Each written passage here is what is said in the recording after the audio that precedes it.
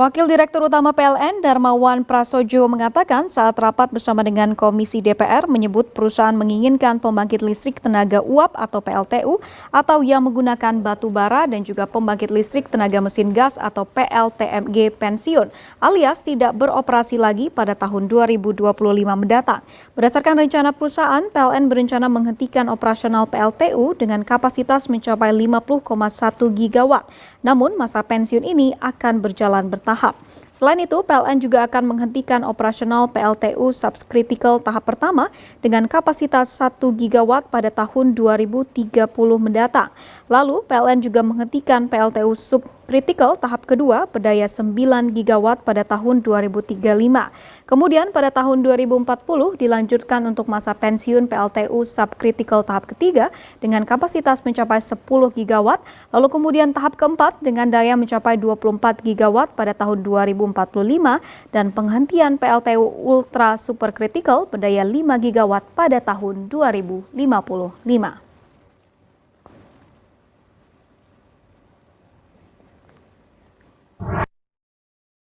Halo, assalamualaikum warahmatullahi wabarakatuh. Perkenalkan, saya dari kelompok 24. Nama saya Faras Muzaki. Saya dari Departemen Sosiologi Angkatan 2022 Visipol UGM. Nah, topik yang saya akan bawakan saat ini, isu pemanasan global telah menjadi perhatian umat manusia di dunia. Tahukah teman-teman tentang apa yang dimaksud dengan pemanasan global? Pemanasan global istilah yang menggambarkan peristiwa kenaikan suhu rata-rata daratan, lautan, dan atmosfer bumi secara bertahap.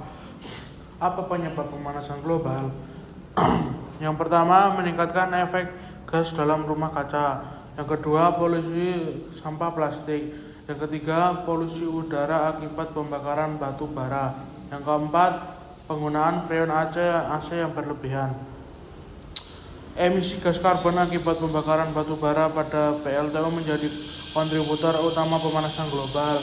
Ada 3 dampak akibat pembakaran batu bara pada PLTU menjadi kontributor utama pemanasan global. 3 dampak buruk PLTU batu bara adalah: yang pertama, menghasilkan berbagai emisi gas rumah kaca seperti gas karbon dioksida, sulfur dioksida, dan karbon monoksida. Yang kedua, pencemaran air. Yang ketiga, menghasilkan limbah padat yang berbahaya.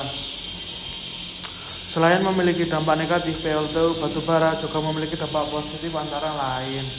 Yang pertama, terjadinya bauran lintas agama dan budaya. Yang kedua, perubahan etos kerja. Yang ketiga, masyarakat lebih terbuka. Yang keempat, semangat kerja berkualitas. Yang kelima, desa terang terus sehingga bermudah kontrol sosial. Nah, selanjutnya ada transisi energi menjadi satu agenda prioritas dunia termasuk Indonesia untuk mengatasi perubahan iklim. Nah, apa itu transisi energi?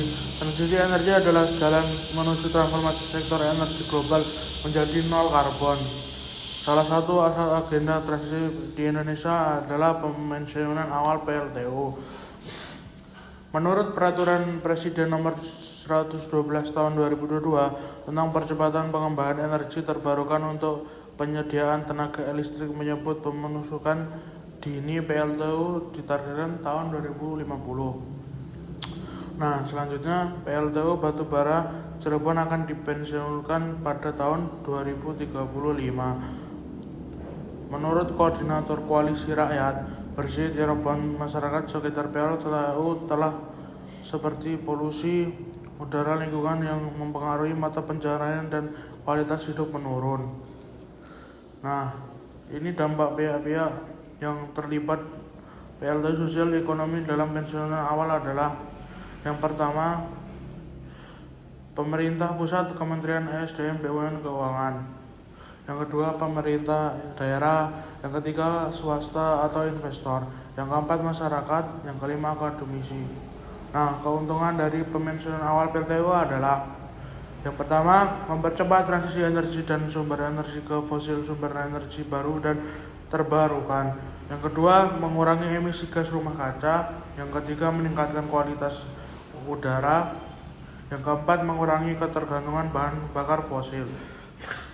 Nah, menurut studi Celos pemanasan dini PLTU, menurut studi Celos, yang pertama terjadi PHK yang besar dan kemiskinan. Yang kedua, pendapatan masyarakat sekitar PLTU menurun. Yang ketiga, pendapatan daerah di mana lokasi PLTU menjadi hilang. Yang keempat, meningkatkan masalah sosial di masyarakat sekitar. Dan yang terakhir, bagi investor mengalami kerugian karena modalnya belum kembali. Nah, dampak spesifik menurut penelitian dini PLTU, yang pertama, meningkatnya ketimpangan kesetaraan gender.